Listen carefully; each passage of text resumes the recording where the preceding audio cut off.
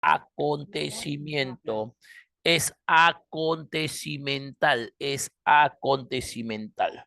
¿Ya? Pero se sigue usando entonces porque nos da un concepto más, este, nos da un concepto más, digamos, ya, digamos de orden, un concepto más cronológico. Hoy día nos toca hablar sobre la tercera edad, la edad moderna. Pues no nos toca hablar de todos los aspectos, no. Nos toca hablar, y esto tenlo en cuenta, apúntalo, anótalo. Tú sabes que hay un principio en educación que dice, sin orden no hay aprendizaje. Entonces tú, por más virtual que tengas o estés, ten ordenado. Cuando se te dice anota, anótalo. Si lo estás copiando en un Word, copia y pega, lo que quieras, ¿no? Pues si te lo pongo en el mensaje. Pero lo que te quiero decir que San Marcos, por ejemplo, cuando pregunta aspectos, básicamente son cuatro aspectos: político, social, económico e ideológico. San Marcos siempre pregunta político y económico, siempre. Eso es clásico. Pero acá muchos se confunden, muchos se equivocan. Cuando tú leas aspecto político, inmediatamente relaciona con forma de gobierno.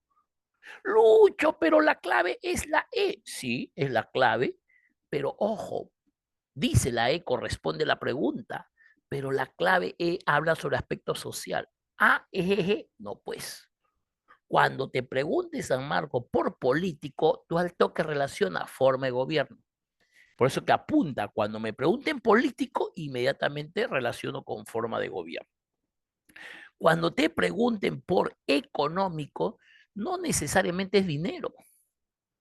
Económico sería actividades que realizan, actividades que practican. Eso es económico.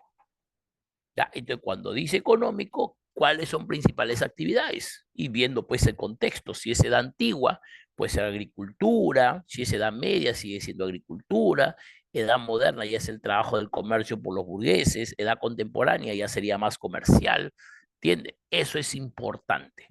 Hoy día nos toca hablar solamente del aspecto político, nos toca hablar solamente de forma de gobierno. Eso nos toca hablar el día de hoy.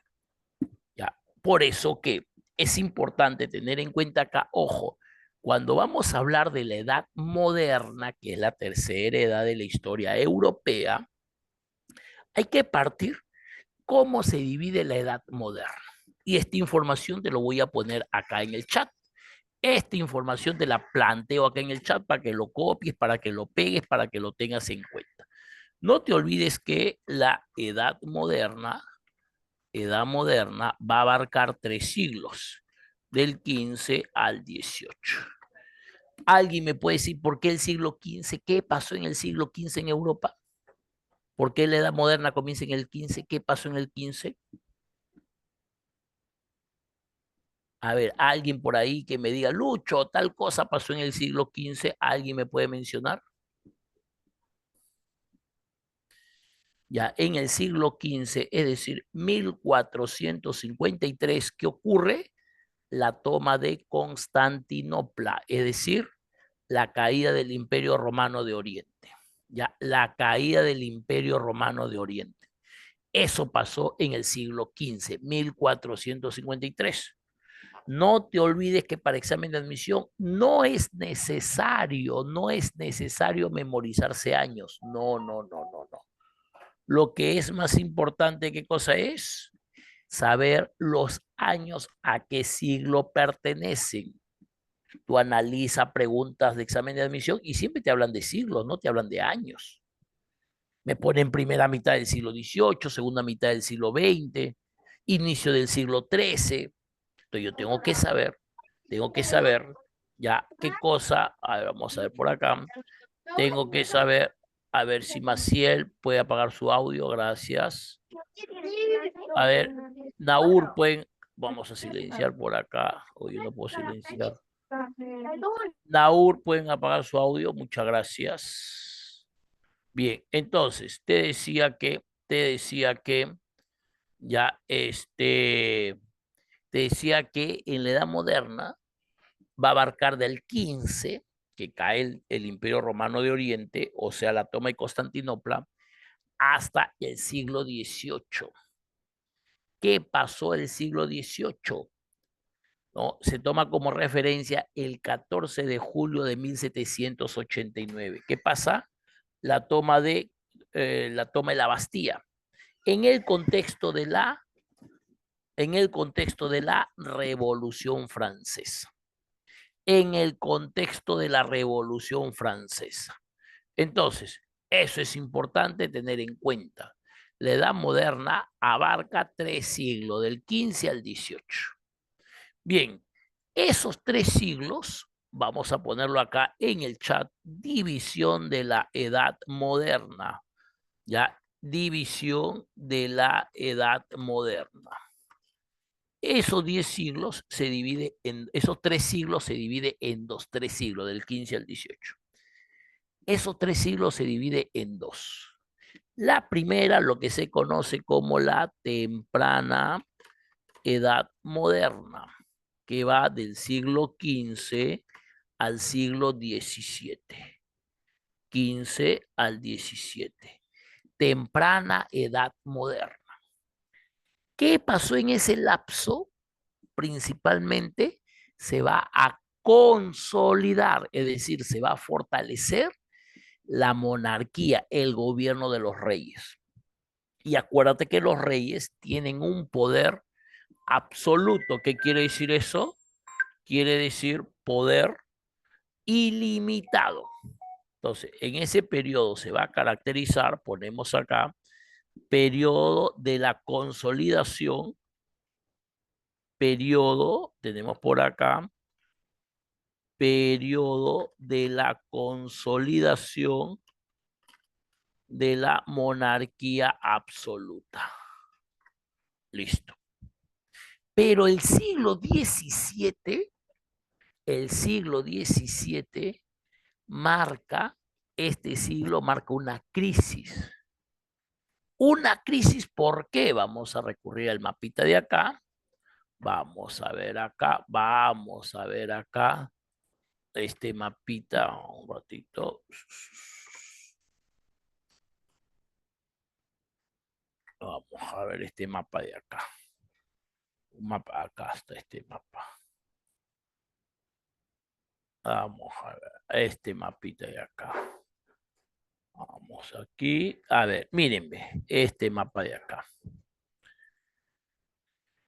Este mapa de acá, este mapa de acá, este mapa de acá, esto de verde, es lo que se conoce, esto de verde, vamos a ponerlo por acá, todo esto de verde, todo esto de verde, todo esto de verde, se conoce como, lo vamos a poner acá, esto se conoce como CIR. Ya todo esto se conoce como el CIR. S y exacto. ¿Qué significa el CIR? A ver, ¿qué significa el CIR? A ver, Rosales Alien Falcón, ¿qué significa el CIR? Sacro Imperio Romano Germánico. Alien, si puedes apagar tu audio, te voy a agradecer eternamente, por favor. Gracias. Ya, esto de aquí, todo esto de verde es el CIR.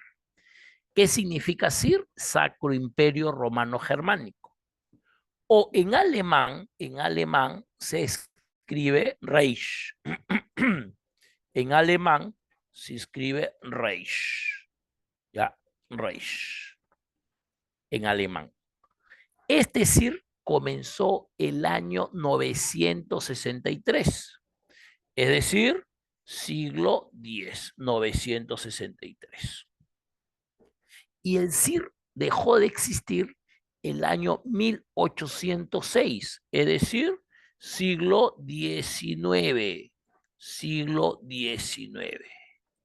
O sea, el CIR, ¿por qué se llama CIR? CIR viene de sagrado.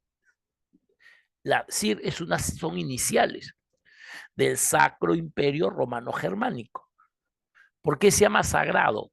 Porque Ya dentro, ¿cómo estaba organizado el CIR? Había un emperador y el territorio estaba dividido en 39 estados. Y cada estado tenía su príncipe gobernante. Y muchos de estos príncipes eran obispos y arzobispos, miembros de la Iglesia Católica.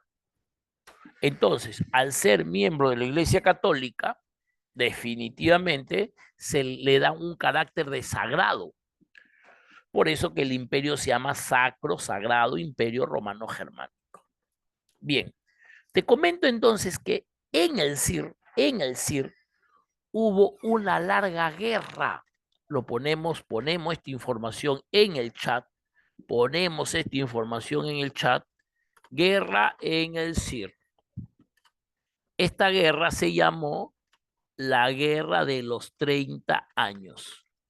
Guerra de los 30 años, que fue de 1618 a 1648.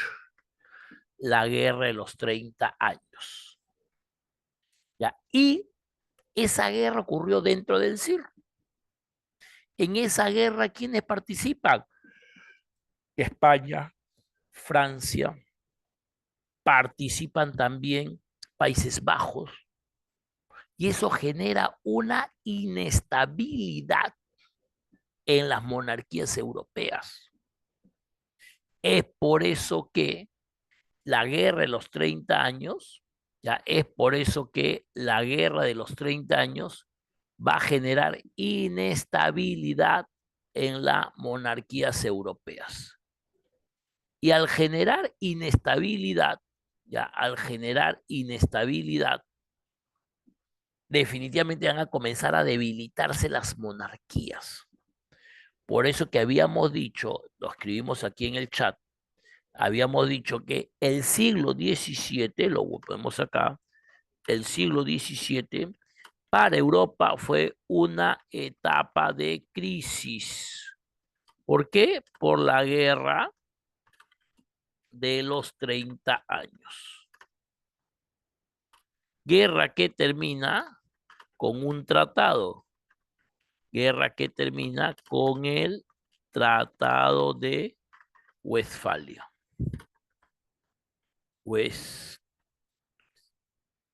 El Tratado de Westfalia. Entonces, por eso que el siglo XVII fue una etapa crítica para Europa. Por eso es que la segunda etapa de la Edad Moderna se conoce como la Baja Edad Moderna. La Baja Edad Moderna. Y la Baja Edad Moderna va del siglo XVII al siglo XVIII.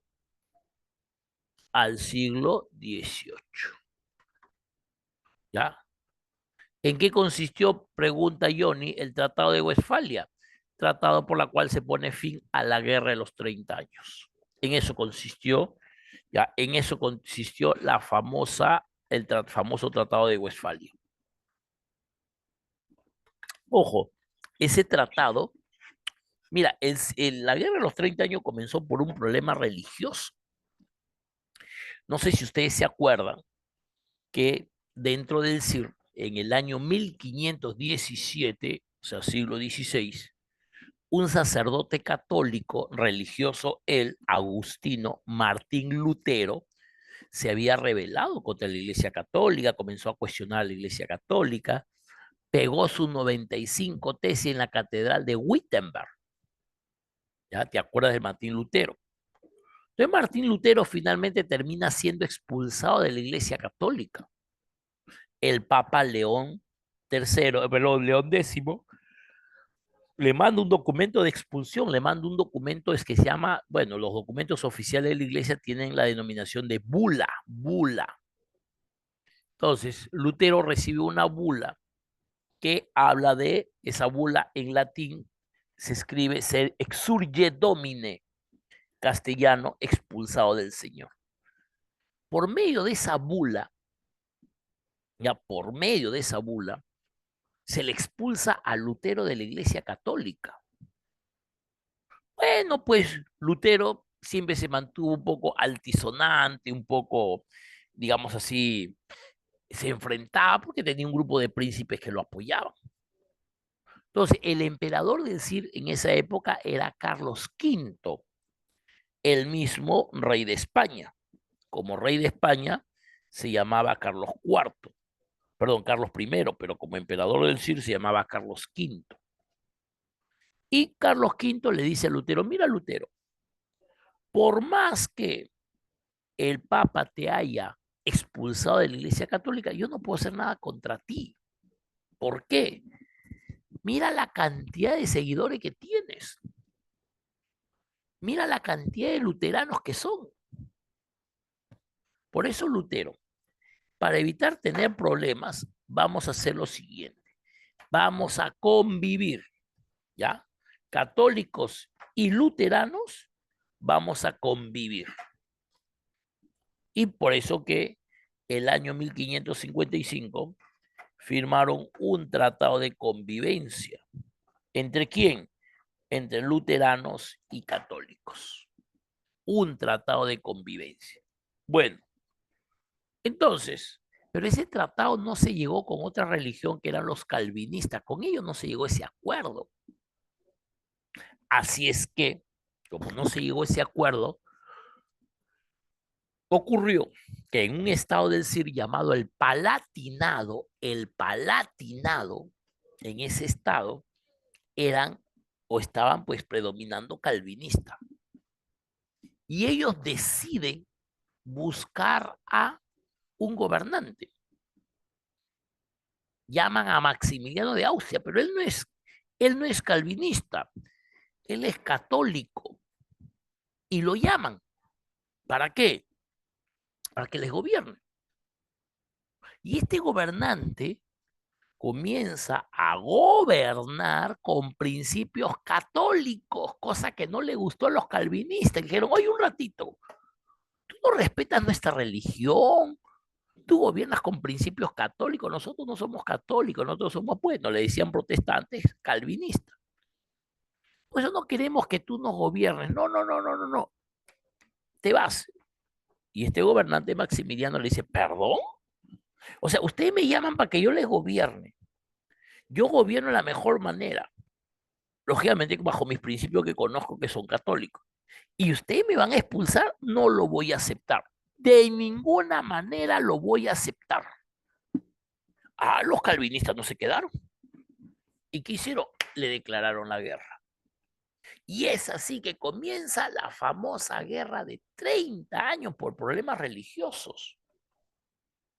Por eso es que después de tantos años de guerra, finalmente dicen, vamos a llegar a la paz, vamos a establecer la paz. Por eso que para que se llegue a la paz, se puso una condición. No vamos a invitar al Papa. ¿Por qué? Porque lógicamente que si lo invitamos al Papa, el Papa ¿qué va a decir? Bueno, acá tiene que predominar el catolicismo y nunca vamos a solucionar el problema. Con ese tratado de Westfalia se decidió que la religión sea libre, o sea, libertad de culto. Porque si se imponía una religión cualquiera que sea, se podía terminar en guerra. Y Europa nunca había expresado, nunca había experimentado un conflicto con tanta cantidad de muertos. Mira, la guerra de los 30 años supuso la muerte de 5 millones de personas. Ni siquiera la famosa guerra de los 100 años, ¿no? Que se dio en el siglo XIV-XV. Pero esta guerra supuso la muerte dentro del CIR de 5 millones de personas. La segunda experiencia que pasa Europa de un conflicto mayor va a ser ya con la Gran Guerra o Primera Guerra Mundial en el siglo XX.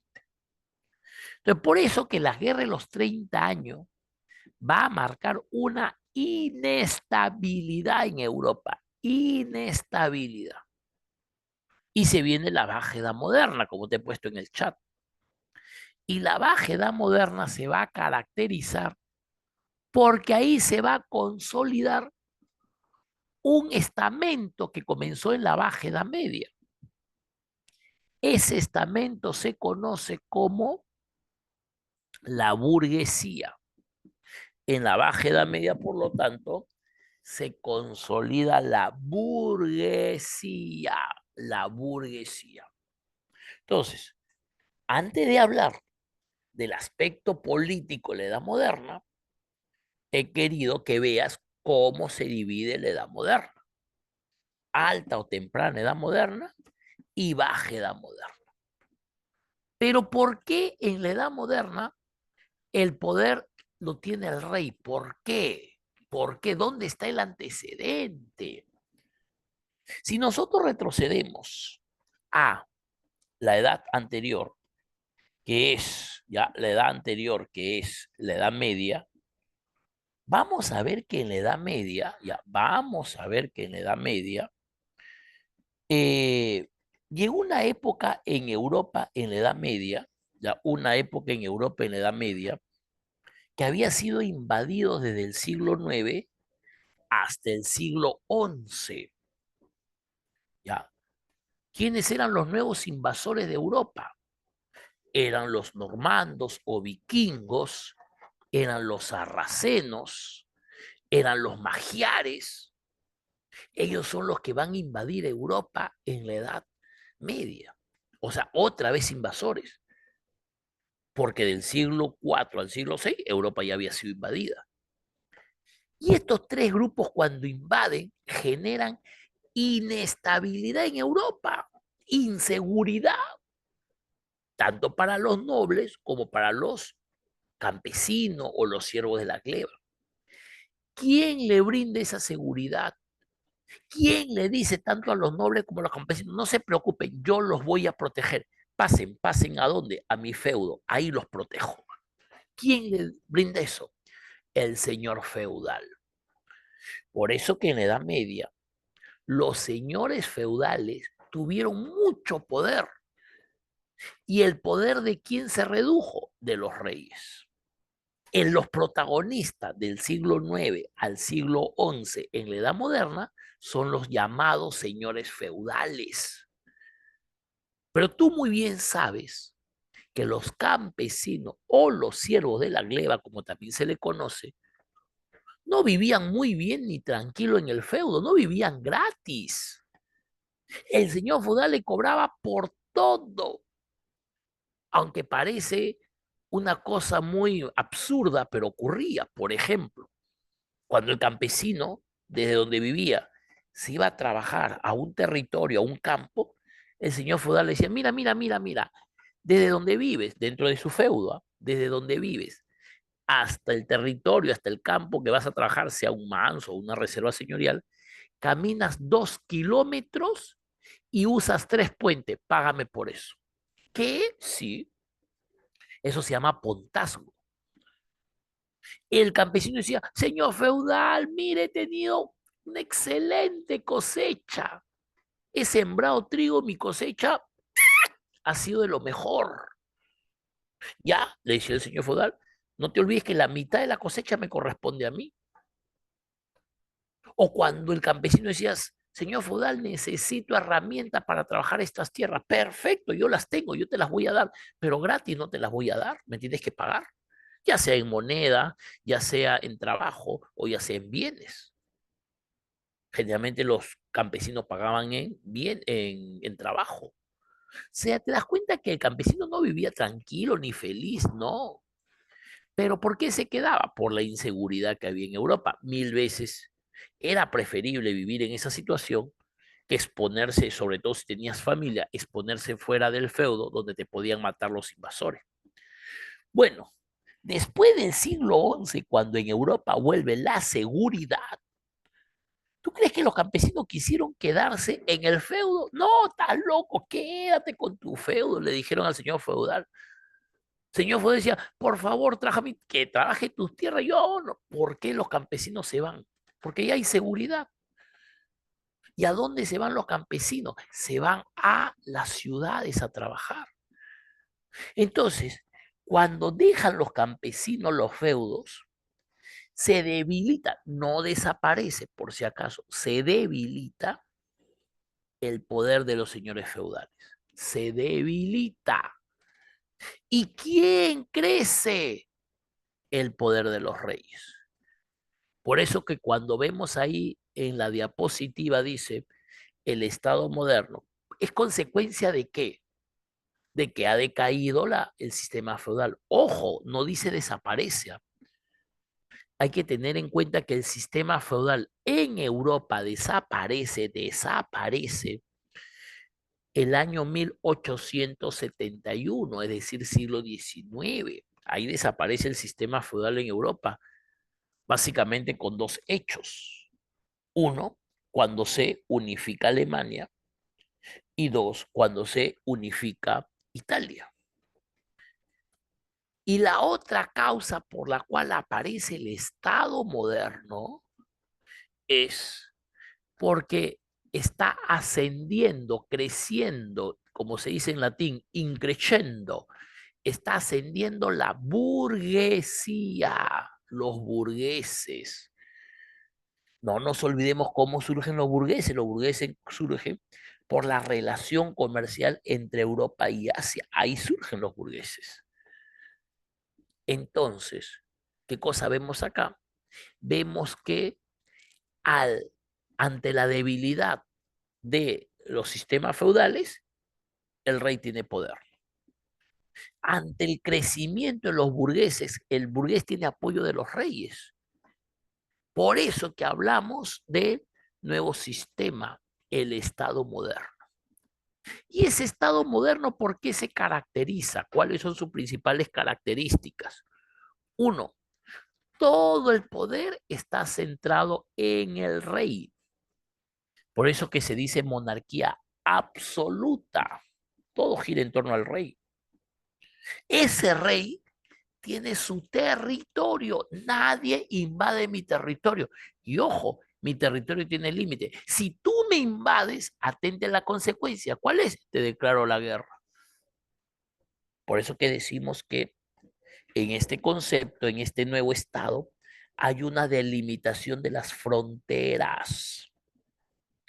¿Quién es el jefe? Mira el nuevo concepto que aparece acá. Aparece el concepto de Estado-nación. Estado, o sea, el concepto de reino se está dejando de lado. El nuevo concepto que se acuña se llama Estado-nación. ¿Qué más aparece? Ahora, el rey busca a alguien que muchas veces lo represente fuera de su estado o fuera a nivel internacional. Y ese nuevo cargo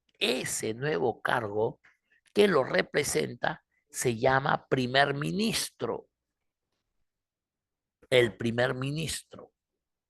El rey busca a alguien que le maneje su economía, que es lo que se conoce como ministro de Hacienda o lo que actualmente se llama ministro de Economía.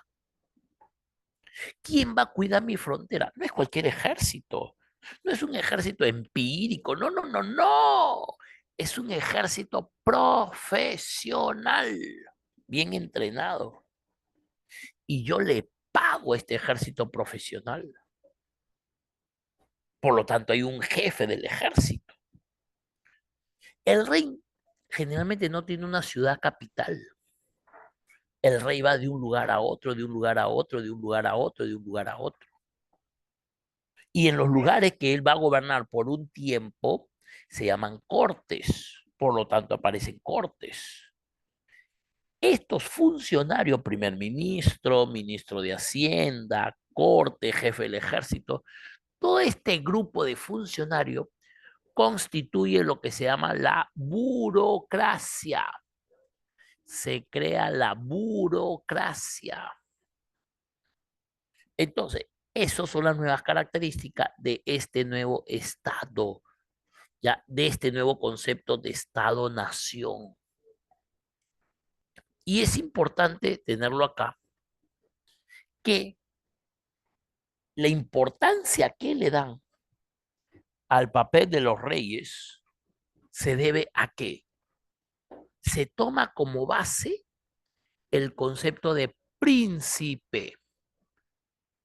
¿Qué es el príncipe? ¿Tú te acuerdas? El primer emperador de Roma, Octavio, El Senado lo declara a Octavio, lo declara a Augusto, le da el título de Augusto y le da el título de príncipe, el princeps en latín, el princeps en latín. Le da el título de príncipe, el príncipe, el primero. Incluso dice que ese título viene de Dios. Por eso que estos tres intelectuales franceses son los que van a sustentar de que el rey tenga el poder. Guillaume Boudet con su obra La institución del príncipe, Cardin Lebret con su obra Sobre la soberanía del rey, su dominio y su corona, y Charles Loisiu con su obra Un tratado sobre órdenes. Ellos se justifican, ellos se fundamentan, ellos se sustentan en, ya, ellos se sustentan en el derecho romano. ¿Para hablar de qué? Para hablar del poder que tienen los reyes. Pregunto, ¿hasta acá alguna duda, alguna consulta, algo no se entendió?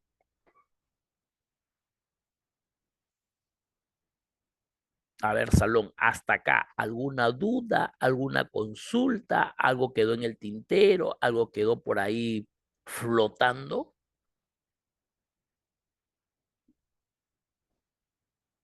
Gracias por tu respuesta, Ashikasco. Muy bien, Lizzy, gracias por tu respuesta. Seguimos entonces. Bueno, y en la época, gracias Diana, Pinchi, lo máximo Nicole.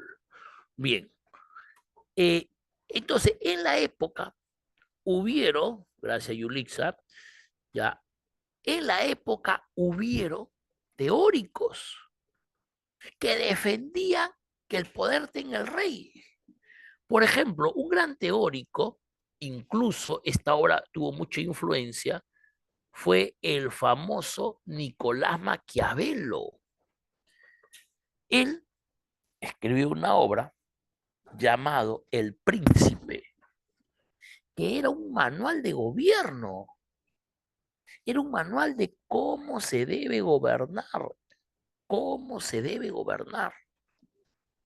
Maquiavelo, por ejemplo, él siempre refería a los gobernantes, tienes que ejercer un buen gobierno, tu gobierno tiene que ser eficaz. No olvidarnos, decía Maquiavelo, que la política es el arte de poder. Hay una carrera que se llama ciencias políticas, ¿no? ¿Y de qué estudia del poder? División del poder o administración del poder. El politólogo estudia el poder. Pero Maquiavelo decía, en su obra El Príncipe, decía, sí, es válido que el rey tenga todo el poder. ¿Y por qué tiene todo el poder? Porque hay que concebir que ese poder del rey viene de Dios. Por eso es importante.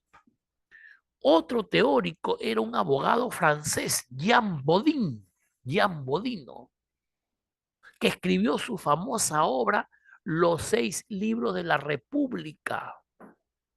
Y en esa obra él decía, el poder del rey es un poder que no se lo puede transmitir a nadie. Él lo ha recibido de Dios. Eso significa el concepto inalienable. Y ese poder del rey no se lo puede dar a nadie, no lo puede compartir. Ellos justifican qué cosa? Que el rey tenga poder. Mira, aquí vemos la pirámide social de la edad moderna. Ojo, que socialmente la edad moderna se caracteriza porque tenemos un ascenso de la burguesía asciende.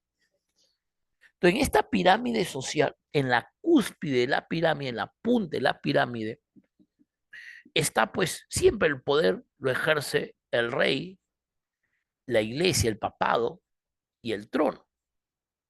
Y en la cúspide de la pirámide, ¿quién ocupa? El alto clero, el papa, los obispos, arzobispos. Junto con ellos, ¿quiénes están? La gran aristocracia. ¿Quién es la gran aristocracia? La familia del rey, los nobles. Debajo, ¿quién conforma? La nobleza administrativa. ¿Y quién es la nobleza administrativa? Ya te había comentado anteriormente, los funcionarios del rey, el primer ministro, el ministro de Hacienda, el jefe del ejército.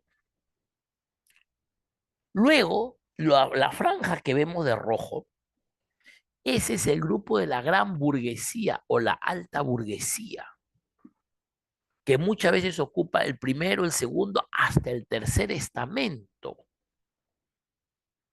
Vamos a ver abajo, ¿no? En el tercer estamento, también está la burguesía mediana. Lucho, ¿y cuál es la diferencia entre la alta burguesía y la burguesía mediana? La alta burguesía es aquel grupo que se dedica al comercio, a la explotación entre distintos continentes, principalmente América con Asia, con Europa. En cambio, la mediana burguesía son los que hacen un comercio corto o utilizan el mar Mediterráneo para traer productos de Asia y Europa, o utilizan el mar Báltico o el mar del Norte en el norte de Europa. Pero hacen comercio corto. No entiendo, Lucho. Te explico. A ver, por ejemplo, en el Perú hay unas familias peruanas que exportan sus productos. Por ejemplo, la familia Añaños, que son los que tienen pues esta empresa de gaseosas de Cola Real, de Esport. Ellos exportan sus productos a otros países. Entonces, eso lo podemos equiparar, salvando las diferencias y la distancia, pero para entender, lo podemos comparar con la gran burguesía, la alta burguesía. O a veces leemos, ¿no? El rey de la papa, el rey de la cebolla, el rey del pollo. Es aquella persona que maneja su dinero, tiene su negocio y maneja cantidad de dinero, pero no exporta su producto, lo maneja acá internamente. Eso sería pues la burguesía mediana. Debajo de ellos, ¿quiénes están? Los dueños de maestros, los maestros, dueños de talleres en las ciudades. Debajo de ellos están pues los que ejercen la mano de obra en las ciudades y debajo los pequeños propietarios de extensiones de tierra. Entonces, así vemos en la edad moderna cómo socialmente está ascendiendo la burguesía. Está ascendiendo la burguesía. Entonces, mira acá, este es el famoso Lorenzo de Medici, conocido como el Magnífico. A él, Maquiavelo le explica en su obra El Príncipe qué es el poder. Le explica a él cómo puedes hacer para unir Italia. Italia está dividido como en 11 reinos. Y dividir Italia en reinos que imponía unificarlo en todo, necesitaba pues la autoridad de una persona pues que tenga fuerte dominio y se imponga a lo demás. Eso Italia lo va a conseguir recién el año 1871, recién en 1871. Ya. Ojo, hay una famosa frase que dice, el fin justifica los medios. Muchos creen que esa frase es de Maquiavelo. No, él nunca dijo esa frase. Más bien esa frase resume o sintetiza el pensamiento de Maquiavelo. A uno dice, ¿cómo pensaba Maquiavelo? Tú le dices esta frase, ¿no? Era muy práctico, Maquiavelo era práctico. Y mira, es un tema cuestionable, ¿no? Maquiavelo dice que en el poder no debe haber moral. O sea, ¿qué dice Maquiavelo? Todo gobernante debe cumplir su objetivo. Tiene un proyecto, un objetivo que cumplir. Perfecto. Si el gobernante en el transcurso, en el proceso de cumplir su objetivo, ve que hay un grupo que se opone, lo desaparece. Maquiavelo dice, desaparécelo. ¿Qué significa desaparécelo? Mátalos, ¿no? Con tal de que tú puedas cumplir tu objetivo, desaparece todo obstáculo. Lógicamente, eso concebido como un principio en el poder, pues mira que se ha dado, miren que se ha terminado. Por eso que a Maquiavelo lo consideran el padre de la política moderna. ¿Ya? Bien, entonces, esto es lo que decía Maquiavelo en su famosa obra El Príncipe.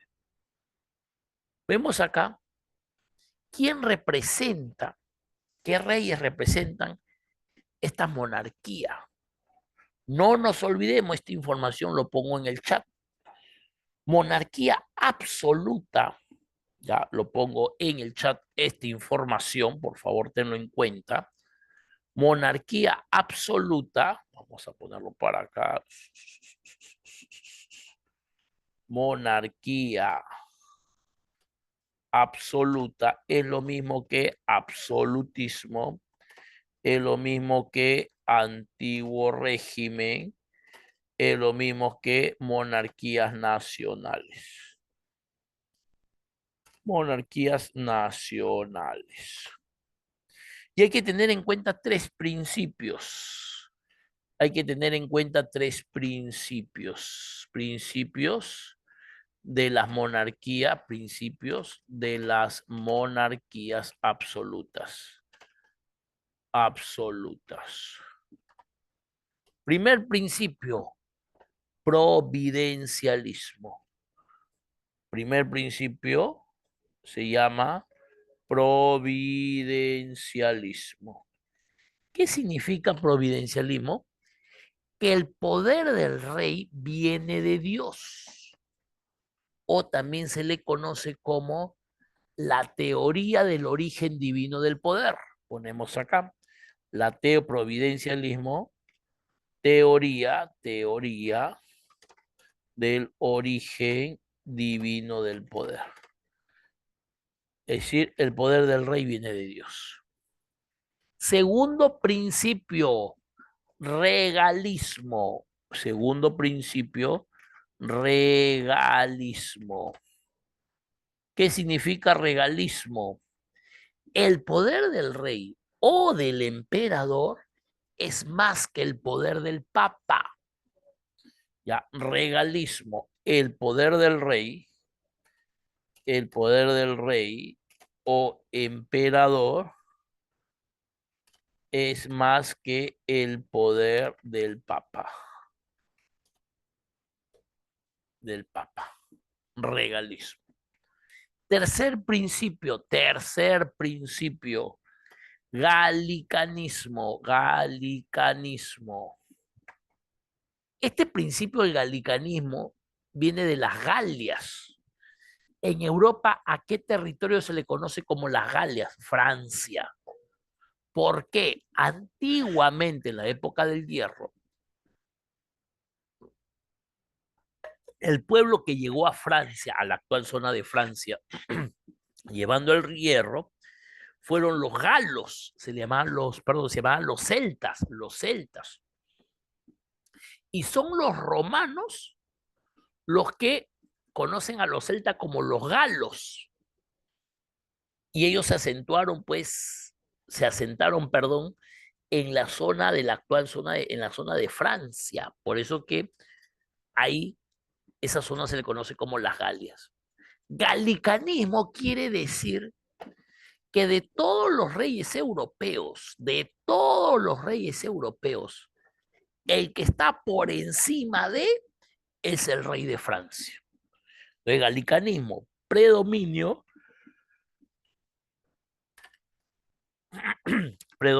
del rey de Francia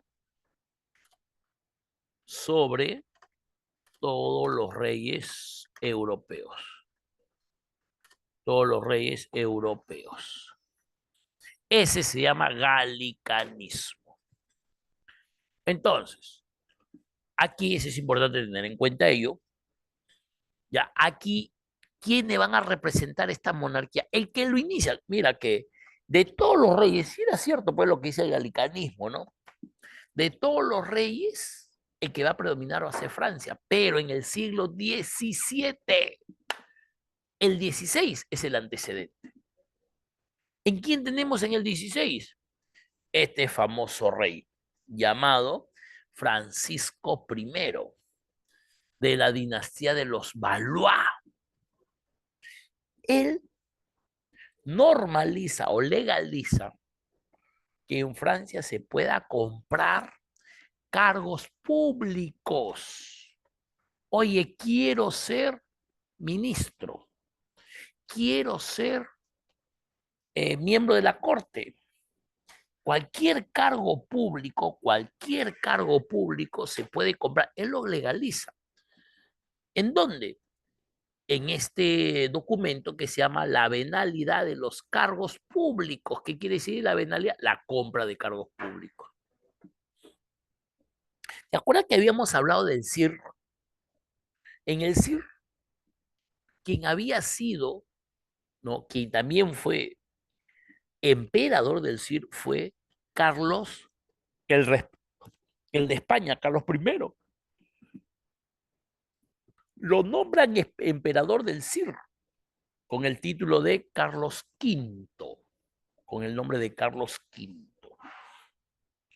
¿Por qué te menciono ello? Porque el antiguo emperador del CIR, Carlos IV, dijo, por si acaso, yo no voy a dejar para el cargo no voy a dejar a un sucesor, a un heredero, no, no, no, no, no, no, eso no voy a hacer. Lo que voy a hacer yo, ¿ya? Lo que voy a hacer yo es que voy a nombrar dentro del CIR una comisión que se va a llamar príncipes electores, 3 arzobispos y 4 príncipes, 7, los 7 príncipes electores. ¿Y para qué los voy a nombrar? Ustedes, príncipe, tienen la misión de recorrer Europa y buscar un futuro gobernante en el CIR, un futuro sucesor en el CIR. Bueno, estos príncipes, no se olvide, le dijo el emperador a Carlos IV, no se olviden, para ser emperador, no se olviden que tiene que ser católico practicante, o sea, que practique la religión católica. Bueno, estos príncipes electores recorren Europa buscando candidato para que sea emperador del CIR. Y finalmente se encontraron con 2 buenos candidatos. El de Francia, que es justamente el que está ahí, Francisco I, y el de España, Carlos I. ¿A quién de los dos escogemos? Vamos a escoger al que realmente refleje el catolicismo. Bueno, si es así, el elegido va a ser Carlos. ¿Por qué? Porque Carlos I es el nieto de los reyes católicos. El concepto es, si sus abuelos son católicos, este Carlos debe ser católico hasta los huesos. ¿Ya? Y lo escogieron a Carlos como emperador del CIR. Pero ¿a quién no lo escogen entonces?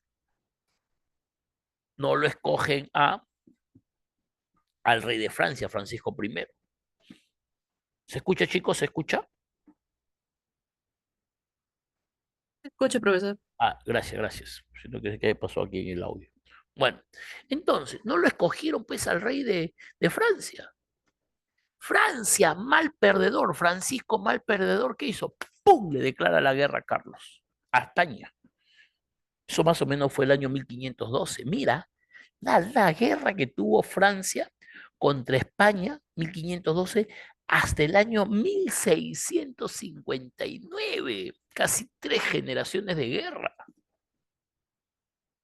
Esa guerra terminó el año 1659 con un tratado de paz que se llama la paz, ¿no? La paz de los Pirineos. Los Pirineos es una cadena montañosa que está, si tú te vas por España a Francia, tienes que pasar por una cadena montañosa que se llaman los Pirineos. Bueno, entonces, por eso que se dice ahí, en Francisco I fue rival de España. Guerras de Italia, porque al norte de Italia estaban los territorios de España, ¿no?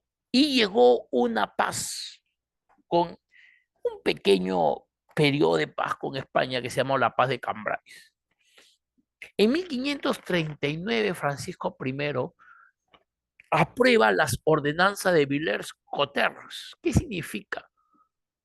Que en Francia cualquier acto oficial se tiene que hacer en lengua francesa, no en latín. Generalmente, pues por el predominio de la Iglesia Católica, en Europa se usaba el latín. Y para cualquier cosa usaban el latín. Por eso es que decían, no, no, no, acá se va a utilizar, ya hasta ahora, ¿no? En idiomas oficiales, bueno, el latín ya solamente lo usa actualmente la Iglesia Católica porque es su idioma oficial. Otro representante, ya otros hechos que ocurren en Francia es desde el año 1562 hasta el año 1596, ya, perdón, 98, se va a dar lo que se llama la guerra de religión. En Francia, ¿quiénes estaban? Estaban los calvinistas, que son protestantes. ¿Te acuerdas que hablamos años después de la guerra de los 30 años en el CIR? Habían calvinistas. Por ejemplo, los calvinistas que fueron fundados por Juan Calvino, en Francia se le conoce como hugonotes. A los calvinistas en Inglaterra se le conoce como los puritanos. A los calvinistas en Escocia se le conoce como los presbiterianos.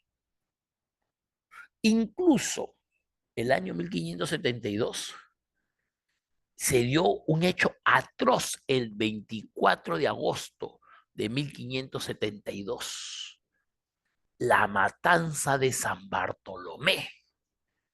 ¿En qué consistió? Estaba como rey de Francia Carlos IX, el hijo de Francisco I.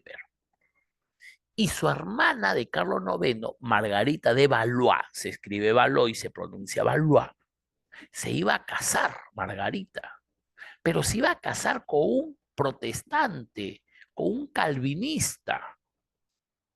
Ojo que los calvinistas en Francia tenían mucho poder, pero en su mayoría en Francia son católicos. La mamá, Catalina de Medici, se opone. Estás loca, hija, ¿cómo te vas a casar con un protestante? Tienes que casarte con un católico, un noble católico. Mamá, es mi matrimonio, yo me voy a casar, yo he decidido y punto. Terco, terca, mejor dicho. Ya, bueno, pues que se lleve a cabo el matrimonio. Pero la mamá, junto con su hijo, que era el rey Carlos IX, tienen preparado un plan, no para impedir el matrimonio, no. Porque, ojo, se iba a casar con Enrique de Navarra. Enrique de Navarra es un protestante, es un calvinista. Mira qué plan tan macabro tiene preparado la mamá.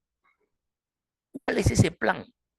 En plena fiesta, uy, ya estaba el tono candente, 2, 3 de la mañana. La mamá manda, porque a la fiesta habían ido muchos calvinistas, ¿no? Amigos, conocidos del, digamos, de su yerno, ¿no? De Enrique Navarro. En plena fiesta dan la orden, saca el ejército y a todos los calvinistas que están dentro de la fiesta los matan, los asesinan cruelmente, cruelmente.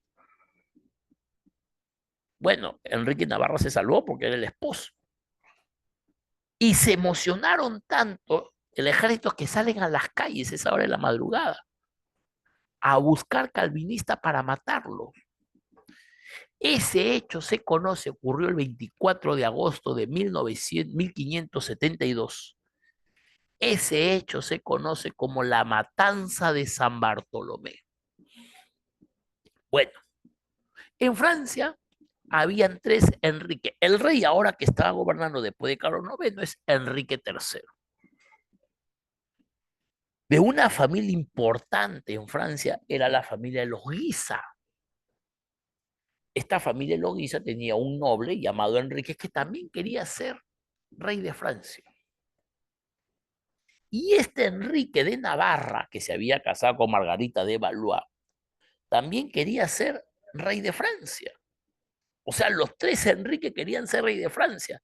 Enrique de Guisa, que era católico, el rey que se quería seguir en el poder, que era Enrique III, y Enrique de Navarra, que era pues el que se había casado con esta católica Margarita de Valois. ¿Cómo definir la situación? Conflicto entre los tres Enriques. Eso se conoce como la guerra de los tres Enriques. ¿Quién gana? Enrique de Navarra, Enrique el calvinista, el protestante. Y él, como ha vencido a sus dos oponentes, se va a la ciudad de París a tomar el poder. Pero él no es católico, él es protestante, es calvinista, doctor. Ya, él es calvinista. Entonces, ¿qué hizo? Ya, ¿qué hizo? Bueno, toma el poder y la gente en Francia en su mayoría son ¿qué cosa? Son católica. Pero si él, Enrique Navarra, tomaba el poder como protestante, como calvinista, tenlo por seguro que no lo iban a seguir. Está a 50 metros de entrar a la ciudad de París. Y Enrique de Navarra, el que ha ganado la guerra a los otros dos Enrique, dice una famosa frase: París, bien vales una misa. Y los católicos que estaban alrededor, ¡bravo!, lo aplauden. ¿Qué significa París, bien vales una misa? Tú sabes que para los protestantes la misa no es tan importante como para los católicos. Para el católico, pues la misa o como sacramento o como sacramento, pues viene a ser la Eucaristía, ¿no? O como la misa en sí. Entonces, con esa frase, Enrique, ¿qué significaba París, bien vales una misa? Ciudad de París, eres tan importante que por ti celebraría una misa, o eres tan importante que te equiparo como la misa de los católicos. Uy, la gente dijo, ah, no, no, este dice que es protestante, pero él es católico. Y eso sirvió para que Enrique de Navarra asumiera el poder en Francia. ¿Ya? Y él asume el poder ahora como rey de Francia con el título de Enrique IV. Y Enrique IV inicia una nueva dinastía en Francia. Esa dinastía se llama Borbones. Se inicia la dinastía de los Borbones. Por eso que Enrique IV inicia acá la famosa dinastía de los Borbones. Uy, pero él no era católico, él era protestante, él era calvinista. O sea, aparentemente quedó mal con su gente, con los calvinistas. Por eso que el año 1598 Enrique IV da una famosa ley, un edicto, una norma, en una ciudad francesa que se llama Nantes. ¿En qué consistió el edicto de Nantes? Dijo, bueno, como rey, planteo que en Francia debe existir libertad de culto, libertad religiosa, menos en la ciudad de París. París va a ser católica y los calvinistas pueden predicar libremente su religión, pero en París no pueden entrar a predicar la religión. Eso fue lo que estableció, ¿no?, Enrique IV. Bien.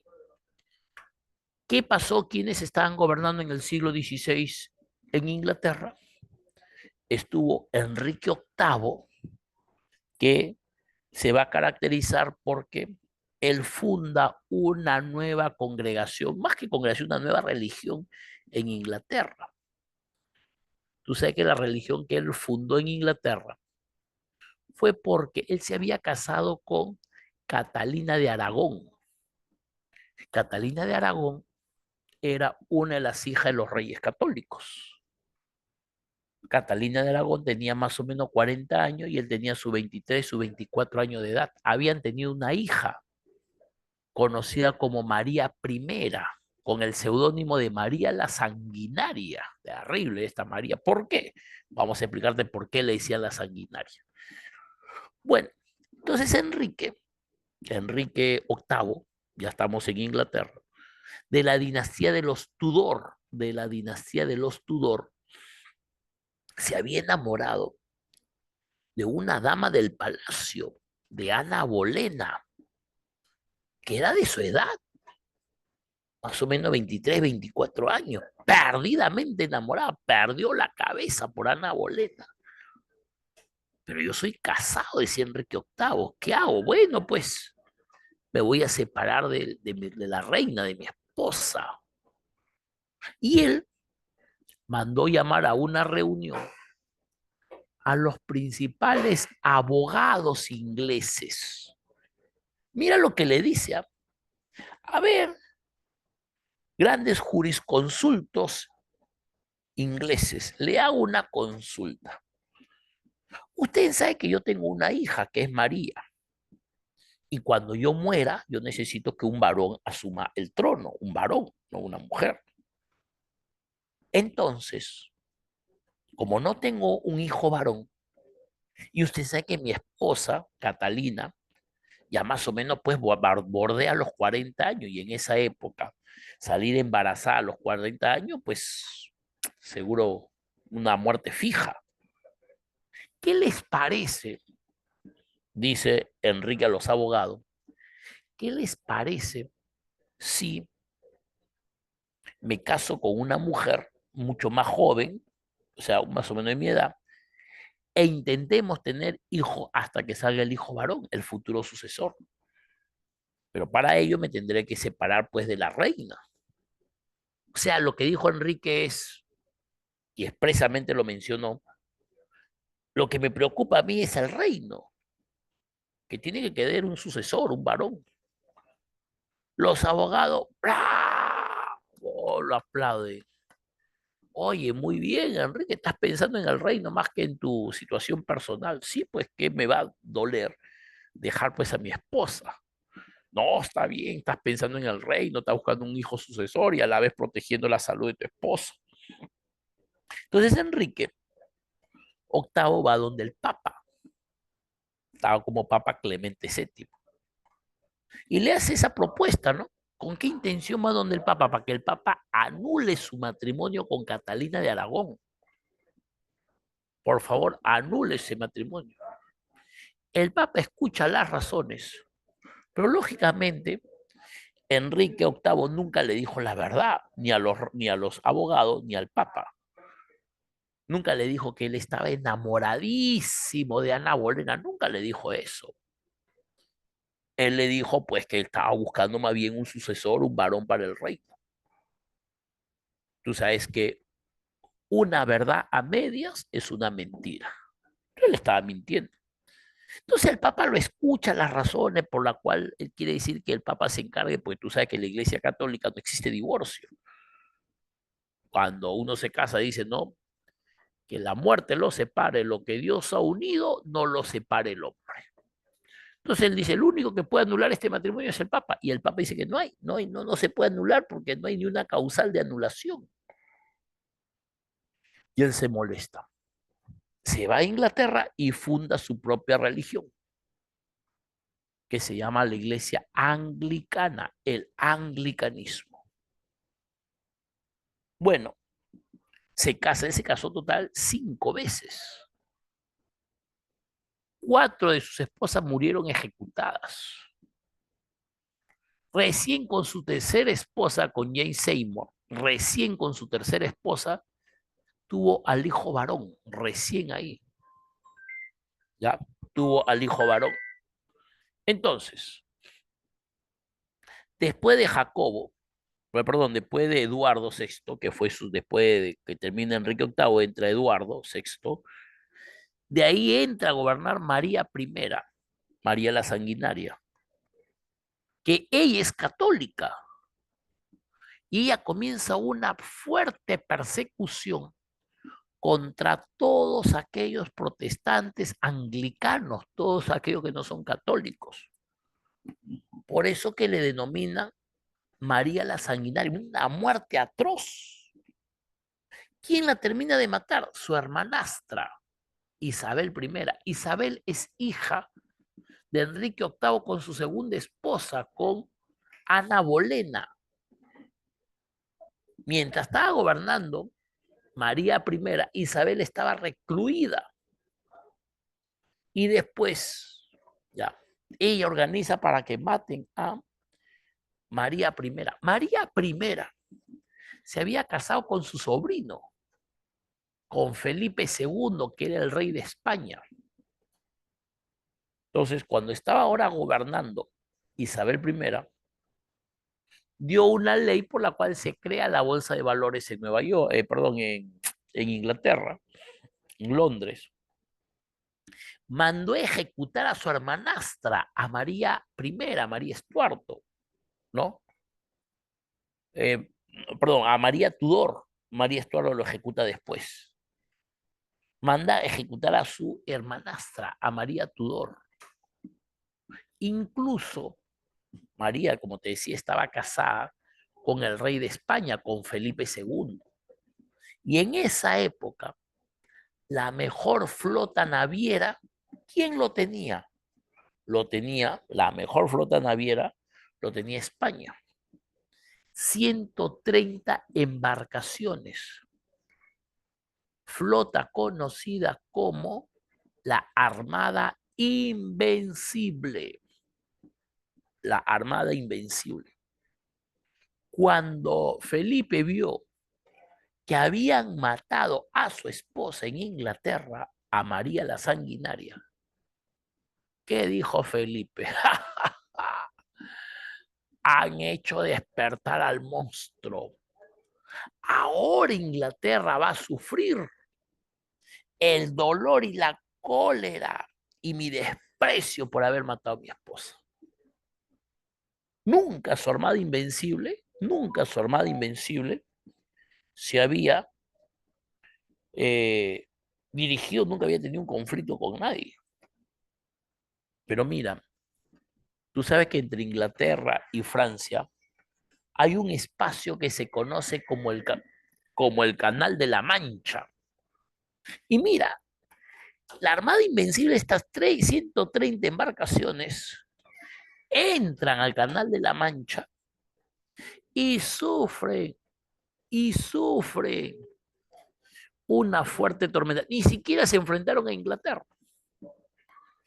Era tan fuerte esta tormenta que se acabó y solamente regresaron entre 20 embarcaciones nada más. O sea, ni siquiera lucharon, ni siquiera lucharon y perdió. Bueno, Isabel I fue una de las reinas inglesas que volvió a instaurar mediante un documento que se llama el Acta de Uniformidad, volvió a instaurar el anglicanismo, apoyó a piratas y corsarios, al Francis Drake, un gran pirata, destruye la Armada Invencible y funda la Compañía de las Indias Orientales, una compañía inglesa muy importante que va a tener mucho prestigio después. Y en su época, pues, destaca el famoso, ya destaca el famoso Shakespeare, ¿no? Entonces, así como en el siglo XVI, cobre mucha importancia Inglaterra. Y otra, el más importante de todas las monarquías, va a ser Francia en el siglo XVII. ¿En el gobierno de quién? De Luis XIII. Ya, siglo XVII, vamos a ver por acá. Vamos a ver por acá. Un ratito, un ratito. Vamos a ver, dijo el ciego. ¿Qué pasó? ¿Qué pasó?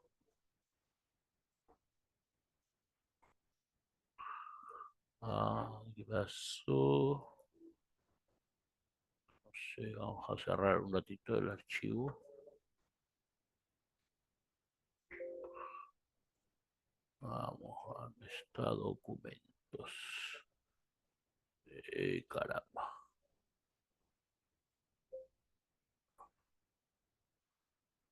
Ay,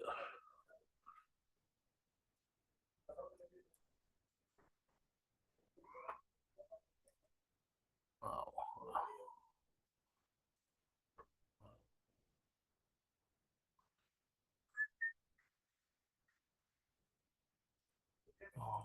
ok, 2025, regular. Listo, ahora sí. Ya, ahora sí.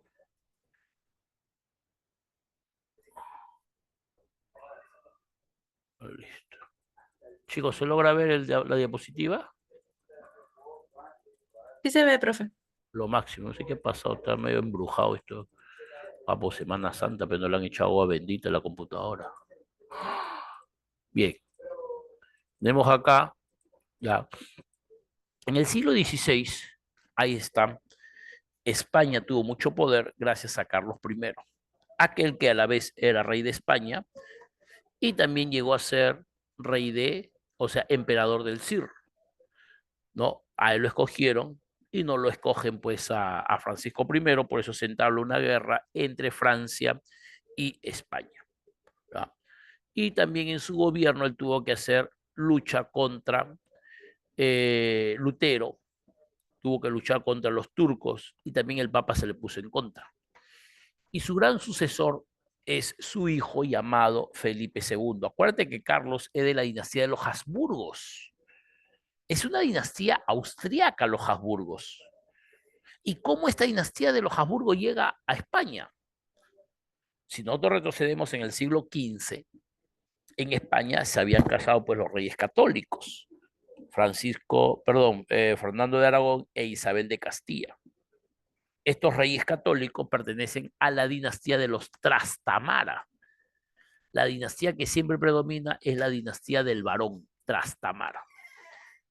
Y no nos olvidemos que antiguamente los matrimonios de los príncipes, futuros reyes, servían para sellar alianzas territoriales.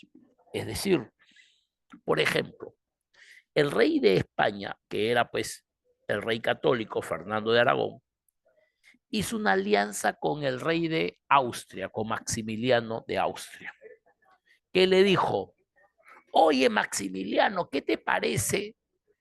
Si alguien un día me quiere atacar, tú me ayudas, y si te quieren atacar, yo te ayudo. Hacemos una alianza territorial. Perfecto, dijo Maximiliano, así nos protegemos. Y Fernando dijo, por si acaso, tengo mi hija que está soltera. Ah, genial, dijo Maximiliano. Yo tengo mi hijo que está soltero también, ¿no? Su hija soltera de Fernando el Católico era Juana, que en la historia se le conoce como Juana la Loca. Y el hijo de Maximiliano, en la historia se le conoce como Felipe el Hermoso. O sea, los dos se casaron, pero no es que se conocían, que, uy, mira, habían llevado un tiempo de amigos. No, no, no. Se casaron porque se tenían que sellar alianza territorial. Por eso que hay toda una historia sobre Juana, ¿no? Incluso Juana pues termina desquiciada, velando a su esposo que ha muerto casi un mes en un convento. Ya lo vela un mes. Termina desquiciada. Entonces no tenía, ella iba a ser la futura gobernante de España, pero no tenía pues las características ni las cualidades para que lo sea. ¿Qué hicieron? Y pusieron como gobernante al hijo de Juana, a Carlos I. Carlos I deja como gobernante a Felipe II. Ellos son de la dinastía de los Habsburgo. Por eso que Felipe, al casarse con Juana, va llevando, Felipe es el que va llevando, él lleva la dinastía de los Habsburgo a España. Felipe II se caracteriza por su defensa de la Iglesia Católica, líder de la Contrarreforma, continúa la lucha contra Francia, enfrenta los territorios de los Países Bajos, le corresponde a él, enfrenta los territorios de los Países Bajos, intenta conquistar, intenta conquistar, o mejor dicho, vengar la muerte de su esposa, ¿no? Que han matado a María I, María la Sanguinaria, con la fuerte flota militar que tiene, que se llama pues la Armada Invencible, pero al final va a ser derrotada, ¿no? Y luego tenemos acá, estos tres teóricos defienden el absolutismo monárquico. En caso de Francia, por ejemplo, están bajo el gobierno del cardenal Richelieu, Armando Dupleix. El cardenal Richelieu escribe un libro llamado Testamento Político. En ese documento dice, sí, los reyes tienen poder absoluto y los reyes tienen su poder que se basa en dónde? En Dios. El origen de su poder viene de Dios. Thomas Hobbes, que escribe la obra llamado El Leviatán. Es un título corto, pues su título más largo es Materia, Forma y Poder de las Instituciones Eclesiástica y Civil. Así se llamaba. Leviatán es un monstruo que está en, en el último libro de la Biblia, el Apocalipsis. Y él equipara, ¿no? Dice, bien difícil de gobernar ese monstruo. El Estado es como el Leviatán, es un monstruo. El único que le puede gobernar quién es o dominar quién es un gobernante que tenga poder divino, o mejor dicho, que tenga su poder venido de Dios. O Bossuet es el que defiende el galicanismo, su famosa obra política extraída de las propias palabras de la Sagrada Escritura. Dice que el poder de los reyes es totalmente pleno y absoluto. Y en Francia, los poderes están representados. El máximo representante es Luis XIV, hijo de Luis XIII. Luis XIII no gobierna, quien gobierna va a ser un primer ministro en nombre de él, que se llama el famoso cardenal Richelieu. Y el que realmente gobierna luego de Francia, en Francia, va a ser el hijo de Luis XIII, el llamado Luis XIV, el Rey Sol. Él asume todo el poder. Él llega a asumir absolutamente todo el poder, conocido exactamente, Ulises es el que dijo, el Estado soy yo. Y él hace grandes obras y sobre todo la economía, ya sobre todo la economía de de Francia, se da porque tiene un ministro que se llama Colbert, que plantea lo que se conoce como el mercantilismo. O sea, la riqueza de Francia se basa en metales preciosos. Ya, el mercantilismo. Ellos son los dos representantes de la monarquía francesa. A ver, vamos a ver nuestro material de preguntas, por favor. ¿Dónde se está aquí? Creo que es este de acá. Vamos a ver. Vamos a ver. Esto es. Vamos a ver. Listo, chicos. Primera pregunta. ¿Se ve el material, chicos? Sí se ve. Gracias. Primera pregunta dice. Este no es el material, ¿no? No, no es intro 2, Este, dice.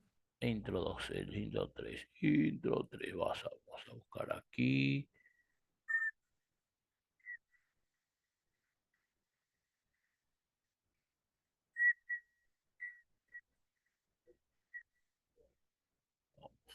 Vamos a ver, este de acá. A ver, descarga, hasta ver. Ya, intro 3. Listo. ¿Dónde está? Ahora sí. Listo, ya. La primera pregunta dice, ¿ese poder absoluto del rey en qué terminó? ¿Cuál sería la clave? Primera pregunta. Ya terminó que el poder estuvo concentrado en el rey. Uno dedo, uno dedo. Dos, ¿por qué se caracterizó la monarquía absoluta? Porque el poder estuvo concentrado en el rey, en el monarca, porque su poder tiene un origen divino. Dos, avión. Tres, a ver, la base del poder de la monarquía, ¿cuál era? En que su poder venía de Dios, el derecho divino de los reyes. Tres besitos. Cuatro, en Francia, en el siglo XVII, ¿quién representó ese absolutismo? Luis XIV. Ya, Luis XIV. Tres besitos. Tres besitos. Muy bien, Yulisa. Tres besitos, tres besitos. Cuatro. Cuatro es enano, Luis XIV. Cinco. ¿Cómo se llama ese principio que dice que el poder viene de Dios? Pregunta 5. Providencialismo, 5 enano. Este siempre fija, estos principios siempre fijo en examen de admisión. 6. ¿Cómo se llama ese principio que dice que el poder del rey está por encima del papa? Del poder del papa. Regalismo, regalismo, 6 casa, 6 casa. Ahí en la 6 dice cesaropapismo, te explico. Cesaropapismo es cuando un rey, eso ocurrió en el Imperio Bizantino, o un rey tiene a la vez poder religioso y poder civil. Tiene a la vez poder religioso y poder civil. Eso se llama, es la misma persona con dos poderes, religioso y civil. Cesaropapismo. 7. ¿Quiénes fueron las grandes potencias que participaron en Europa? Las grandes potencias fueron Alemania, Francia, España, Inglaterra y los Países Bajos. 7 de estos. 8. La pregunta 8 dice, ¿por qué se caracteriza estas monarquías absolutas? Porque aparece todo el poder está unificado en el rey, aparece la burocracia, aparecen las asambleas de un ejército pagado. Tenemos 8 casitas. 9. Aquí ahí están los representantes del absolutismo, los teóricos. ¿Quién no pertenece a este grupo? No pertenece Erasmo de Rotterdam. Él es un humanista, un intelectual. Él no habla del poder, él habla de la capacidad que tiene el hombre de conocer, de saber. 9 besos, 9 besitos. Pregunta 10. ¿Cuál es lo incorrecto con respecto al absolutismo?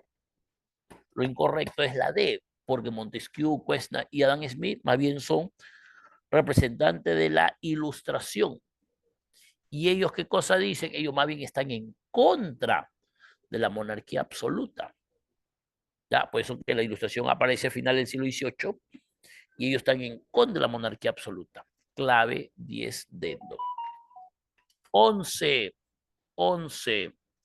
La pregunta 11 también hace referencia cuál no corresponde, quién no corresponde en la defensa de la monarquía absoluta, cuál es lo incorrecto. John Locke. John Locke es el padre del liberalismo económico y John Locke está en contra del absolutismo. Entonces tenemos ahí 11 dedos. 12, pregunta número 12. La 12 dice, hay una ley que se dio en Inglaterra el año 1651, por la cual a Inglaterra se le da pleno poderes marítimos, la famosa ley de navegación. ¿Eso qué generó? ¿Qué trajo como consecuencia? Que Inglaterra tenga dominio sobre los mares. Clave 12 dedito.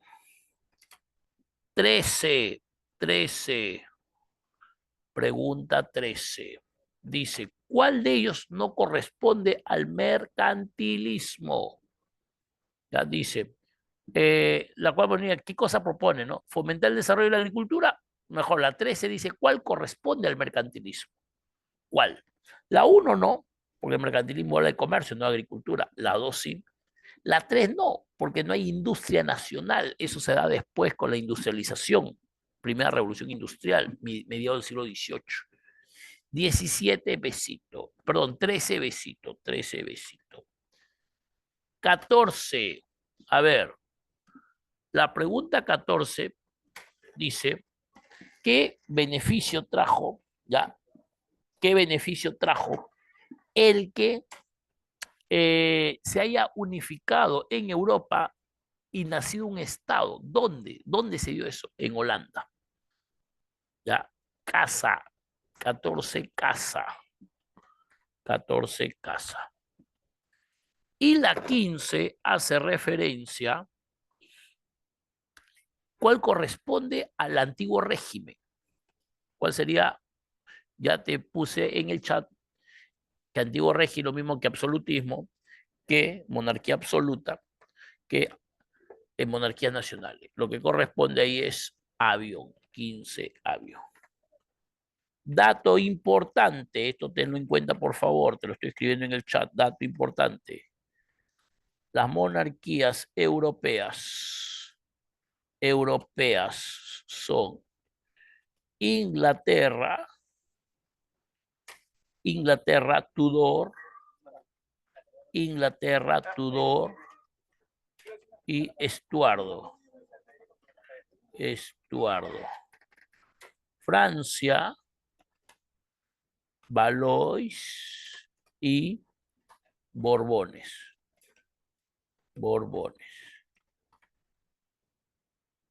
España, tenemos los Trastamara y Habsburgo. Y en Portugal, la dinastía de los Avis. Listo, chicos. ¿Alguna consulta, alguna duda?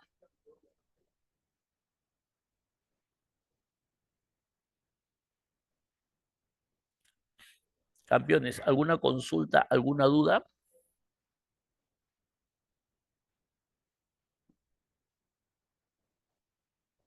Ashim, nada.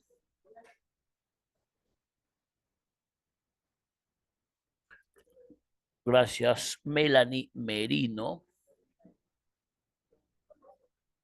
Ya, chicos, esto hay que, miren, los que, gracias Luz, gracias Rodrigo, ya, los que son del área A, B en el simulacro, no, yo no sé dónde yo le paso al tutor, se lo voy a pasar. Ya, Ruth, yo se paso el material al tutor. No sé, es que yo no sé dónde lo suben. Ya, yo les paso y él creo que les comparte el material. Ya, pero tiene que estudiar. Pues miren, el simulacro área A, B y C tiene que ser 2 de 2. ¿Tienes el material? Hemos explicado, tienes la grabación.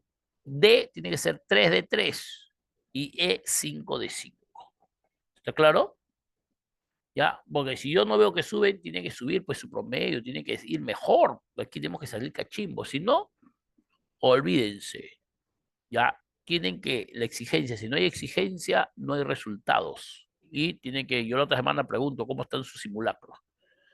Listo, así es Ruth Hurtado, para celebrar luego la cachimbiada, para resolver luego y cortarte el cabello. Muy bien. Listo, chicos, cuídense muchísimo. No sé si está con nosotros nuestro amigo, el dirigente del aula. Gracias a ustedes, cuídense muchísimo. Se lo mando el material con el tutor. Cuídense, un fuerte abrazo, que tengan un excelente día. Cuídense muchísimo. Gracias a ustedes, cuídense. Profesor, gracias.